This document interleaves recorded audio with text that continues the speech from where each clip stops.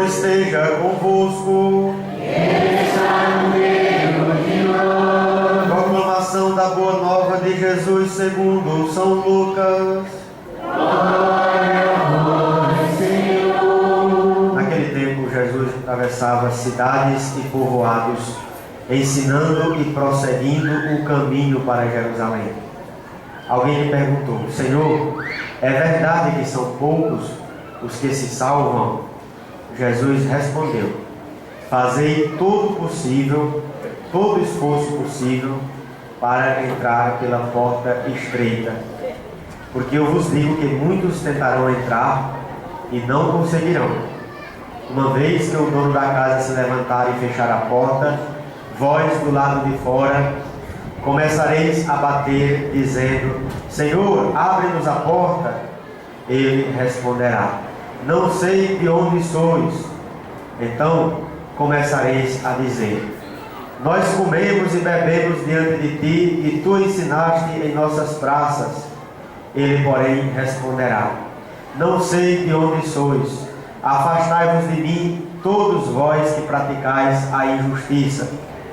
Ali haverá choro e ranger de dentes, quando virdes Abraão, Isaque e Jacó, junto com todos os profetas no reino de Deus, e vós, porém, sendo lançados fora.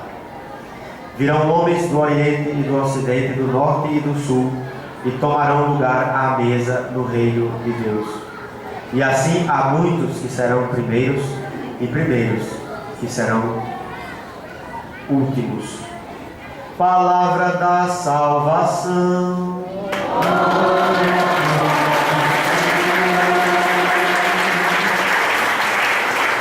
A liturgia hoje nos fala, nos provoca sobre o tema da salvação. Tema da salvação. Quem de nós não já se fez essa pergunta? Será que eu sou salvo? Será que eu vou me salvar? Não é assim? É uma questão que sempre inquietou os cristãos. Porque os cristãos que se fazem essa pergunta, eles creem na vida eterna. Essa pergunta só é possível para quem crê na vida eterna. Para quem é materialista, que acha que a vida é só isso daqui mesmo, né? Morreu, acabou, não tem mais. Bom, aí não tem perspectiva. Não tem porque se perguntar sobre quem se salva, sobre a salvação, a própria, e a salvação como um projeto de Deus. Quem crê tem sempre esperança. Quem crê tem sempre esperança. O papel da igreja, o papel das religiões é exatamente não deixar que morra a esperança no coração das pessoas. Com tantas tempestades, com tanta turbulência do lado, tanta frustração, os projetos não dão certo, o mundo tão violento, para todos os lugares que a gente olha, vê morte, destruição, violência, desilusão e tal. A tendência é se fechar, é achar que, bom, isso acaba aqui mesmo. Mas quem tem fé, crê. Quem tem fé, aposta longe. Né? Aliás, todo o discurso de Jesus é em vista da vida. Da vida. Eu vim para que todos tenham vida. A vida passa pela morte. É a única forma de falarmos em vida eterna. Mas a morte é um meio, é ponte. Ela não encerra o ciclo vital das pessoas. Não. Ela é a única forma que Deus tem. E veja como Deus é maravilhoso. Até da morte Ele tira, né, esperança, alento. A morte é a única forma que há para que também se concretize a vida eterna. A vida eterna. Essa pergunta sempre, essa questão da vida eterna, sempre inquietou as pessoas de fé, os cristãos em especial. Alguém chega para Jesus e pergunta: Senhor, é verdade que são poucos os que vão se salvar? Na verdade, essa pergunta ela é descabida. né? Ela é descabida. Não interessa se são poucos, se são muitos. A questão aqui do descabimento é pelo número. A quem interessa o número? Os que vão ser salvos, os que são salvos. Senhor, é verdade que são poucos os que se salvam? Mas eu entendo essa pergunta. Ela é dada no contexto em que os judeus discutiam exatamente números dos que se salvariam. Nas rodas de conversas dos judeus, possivelmente também dos cristãos que vieram do judaísmo, cristãos que eram judeus e se converteram ao cristianismo, era comum esse tema, o número dos que se salvariam. E essa pergunta, ela nesse contexto, nesse contexto tem sentido. Só que Jesus não dá bola para ela, nota? Jesus não responde essa pergunta, desconversa sobre o assunto. Aliás, todas as vezes que aparece pergunta desse sentido no Evangelho, sobre o número, sobre quando, né? Será que eu vou me salvar? Jesus sempre desconversa nesse sentido. Porque esta não é a questão mais importante. O número ou quem? Quando? Senhor, é verdade que são poucos que se salvam? A resposta de Jesus: se esforcem para entrar pela porta estreita. Jesus desconversa, tira assim de letra a pergunta indevida que alguém faz. Possivelmente alguém que quisesse crescer, né? Na espiritualidade, na espiritualização, possivelmente. Mas o fato é que Jesus aponta outro caminho, outra direção, mostrando que a pergunta não é o número, o centro dela. Se esforcem para entrar pela porta estreita. E o que vem a ser porta estreita? Porta estreita é o esforço diário que cada um de nós precisa fazer, os cristãos, as pessoas de fé precisam fazer para estar em sintonia com Deus.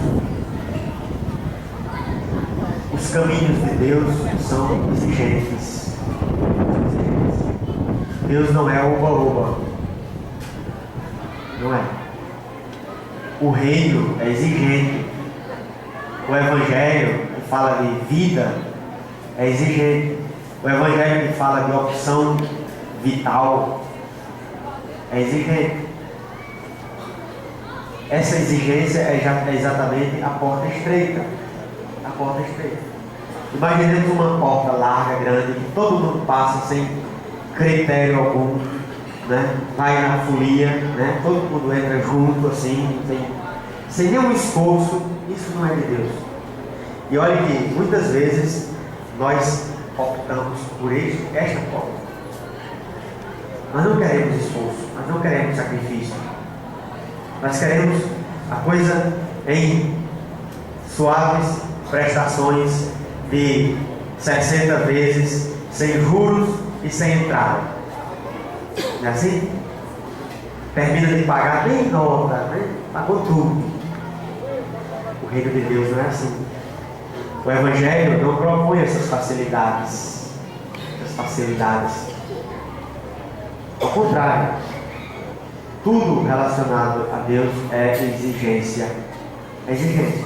Ele puxa por nós. Ele faz com que nós busquemos no fundo de nós mesmos a força, a energia, né? Às vezes até nos surpreendemos com a nossa força, né? Assim, acontece uma tragédia, um momento muito difícil na vida, a gente supera lá na frente, nem consigo me lembrar como fui tão forte, né? Assim, Deus nos dá a garantia. Deus nunca nos garantiu, melhor dizendo, que não teríamos problemas, que não teríamos dificuldades. Ele garantiu que na dificuldade, no problema, Ele estaria conosco, nos fortalecendo, nos ajudando. Então, a salvação é exigência pura, exigência em carne viva. A porta estreita aqui é o símbolo, né, de, às vezes, ajustes que precisamos fazer para passar. Pensemos naquele concurso de uma vaga para 15 mil candidatos. É assim. Não vamos abrir a guarda na perspectiva do reino, da vida eterna, do céu, daquilo que o Evangelho propõe. Eu noto que muitas vezes nós estamos muito livres, muito certos, né? Muito certos de que a misericórdia de Deus vai nos salvar. Aliás, só podemos apelar para a misericórdia de Deus. Mas se ele não quiser usar de misericórdia, ele não precisa usar de misericórdia. É assim? Aí, também saber que o nosso esforço por si só não compra a salvação. Não nos garante, por si só, não nos garante a vida eterna, da qual fala esse anônimo que pergunta a Jesus sobre o número dos que vão se salvar. De todo modo, não nos enganemos, não nos iludamos. Eu dizia há pouco que nós teremos muitas vezes facilidades. Santa Teresa d'Ávila, não é Teresinha não, Teresa d'Ávila dizia, olhava para Deus, aí dizia: por isso que você não tem amigos, você exige dos seus seguidores tanta coisa, tanto sofrimento, tanta cruz. Não é assim? Jesus nunca iludiu: quem quiser me seguir, renuncie a si mesmo, tome a sua cruz e me siga. Nós somos cultuadores do sadismo, do masoquismo?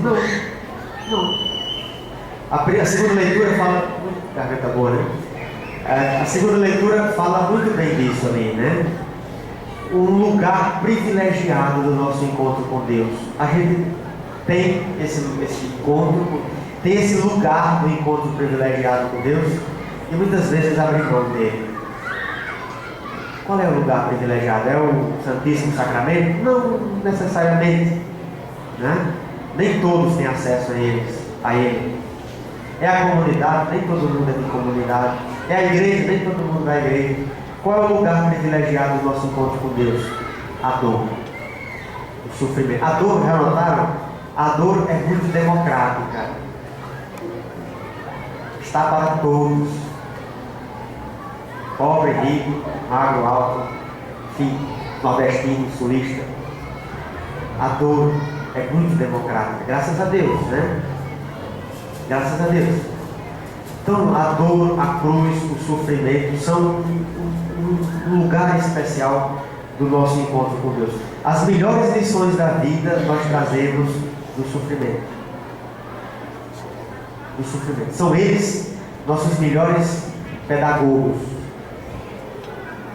A dor, a cruz, o sofrimento. Ah, Padre, somos cultuadores da dor? Não. Somos realistas.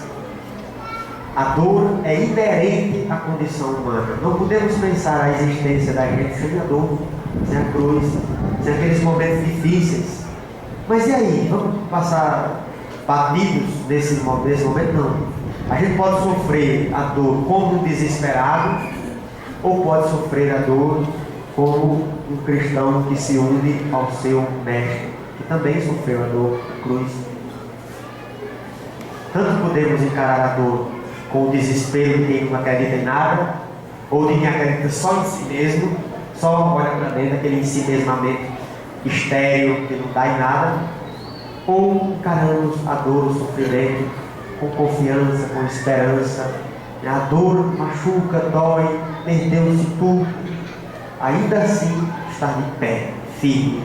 Lembra de Maria ao pé da cruz? Diz João, estava lá de pé. De pé não é uma postura por acaso que João escreveu aquilo, né? Para mostrar a fortaleza de quem crê, Queremos a vida eterna, mas é exigido de nós crer na vida eterna.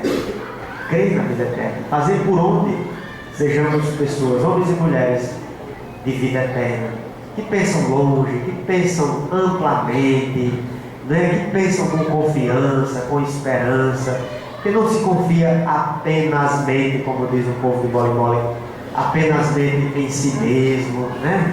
Poder pensar amplo, poder pensar grande, inspirado pela palavra de Deus. Não nos iludamos achando que só porque a gente vai à missa, paga o dízimo, bota a criança na catequese, vai para a primeira comunhão dela. Notem que isso necessariamente não é fé. Isso é religião. Religião necessariamente não é fé. Entendeu? A gente pode viver uma religiosidade com fé? Pode. Mas muita gente só vive a religiosidade sem fé. Paga tudo direitinho, faz todas as obrigações que a religião impõe e convida a fazer. No entanto, é coração duro, incapaz, né, de se sensibilizar com o outro que sofre, ou de sair um pouco da regra em vista da vida. Lembra do samaritano? Né? Os sacerdotes, os homens da igreja, da lei, do templo, da instituição, estéreis, frios diante do homem caído na estrada. O samaritano, odiado pelos judeus, mudou a agenda completamente, né? Os compromissos que tinha, relativizou tudo para servir ao homem que estava ali caído, para atender a demanda da vida. Ah, isso aqui é fé. Religião era o que os sacerdotes praticavam pela fé, às vezes até com pressa de chegar na igreja, no culto, enfim, relega a segundo plano a vida que está caída no chão. Então não nos iludamos achando que só porque nós fazemos isso, vamos para o céu, estamos salvos. Tomara que Deus tenha muita misericórdia de nós, de mim em primeiro lugar, de nós todos. Mas aí chega alguém para Jesus, diz assim, cuidado, numa parábola que ele conta, né? Jesus não perde a oportunidade quando é provocado, e ele foi provocado aqui. É verdade que são poucos que se salvam? Olha a porta estreita. Aí ele aproveita a oportunidade para dizer uma parábola. Uma vez que o dono da casa se levantar e fechar a porta, é Deus, né? É Deus. Se levantar e fechar a porta, vós do lado de fora. Ele está falando para judeu radical, para judeu radicalmente religioso, ou para pessoas muito religiosas demais, que são às vezes incapazes de amar, né? De amar. E vós do lado de fora começareis a bater, dizendo, Senhor, abre-nos a porta, achando que ele fechou a porta por distração, né? Mas não fechou por distração. Não sei de onde sois, responderam lá de dentro. Não sei de onde sois. Aí vão dizer, nós comemos e bebemos diante de ti. Tu ensinaste em nossas praças. Não sei de onde sois. Porque às vezes esse comer e beber é um comer e beber sem compromisso. A Eucaristia é banquete, é comer e beber, é comida e bebida. Às vezes a gente faz distraidamente, né? Sem compromisso nenhum, comungamos, mas saímos já, né, pensando no mal, que ficou suspenso por algum momento, mas vamos dar continuidade. Como o padre da minha cidade dizia, que uma vez foi atender uma confissão, velhinho já, é falecido até, mas ele dizia que ele foi atender a confissão, aí quantos seus pecados? Aí o homem lá do sítio, né? Padre, eu roubei 5 feixes de lenha. Não, padre, foram 3. Não, 5. Meu filho, afinal, 5 ou 3? Bote 5, que depois da missa eu vou buscar os outros 2 mesmo. Né? Nós comemos e bebemos diante de ti, né? Não sei de onde sois. Ele comeu e bebeu, mas não se comprometeu, mas não assumiu a missão. Barriga cheia às vezes dá comodismo, né? Dá aquela lomba, né? Aquele soninho maravilhoso que acomoda, né? Comemos e bebemos diante de ti. Falavas em nossas praças, nós escutávamos. Escutam, são educados, não vão deixar de escutar. Escutam, mas não se comprometem. Escutar, Deus entra em nós pelo ouvido. É muito importante a gente ouvir a palavra, a gente ter esse hábito de ouvir a palavra de Deus, se deixar conduzir pelo que ela sugere. Né? Comemos, não sei de onde sois. A gente participa das festinhas da igreja, aniversário do padre, né, comemoração disso, daqui, festinha para aqui, para lá, e acha que isso é tudo, não é? Não é. Escuta o padre na homilia e tal, não sei o que, e acha que não é. É preciso o compromisso. Diz Deus lá, diz o homem lá do dono da casa, afastai-vos de mim, todos vós que praticais a injustiça. Aí, ao contrário, ele está convidando os que nunca estiveram perto. Os últimos serão os primeiros, porque os primeiros são incapazes de acolher, aí vão ser os últimos. E os últimos, às vezes aqueles que a gente não dá nada por eles, né? Ah, fulano não presta porque não vai à missa. Não é bem verdade, não é bem isso. Conheço o contrário também, né? Conhecemos o contrário também. Que vai à missa e não presta. E os últimos serão os primeiros. Porque os nossos critérios não são os critérios de Deus. Então, nós também precisamos disso, né? A gente poder estar atentos à porta estreita, ao esforço diário, né? Na meditação da palavra, na vivência dela, mas sobretudo ainda no compromisso, no agir, na solidariedade, no amor ao próximo, no compromisso com o outro. Sempre aquela postura do bom samaritano vai ser uma referência para quem quer agir conforme o Evangelho. Sempre. O Evangelho de hoje nem fala do bom samaritano, mas aquele modelo vai ser sempre o modelo de quem quer crescer, de quem escuta e age conforme aquilo que o Senhor inspira. Também seja este o nosso propósito. Louvado seja nosso Senhor Jesus Cristo.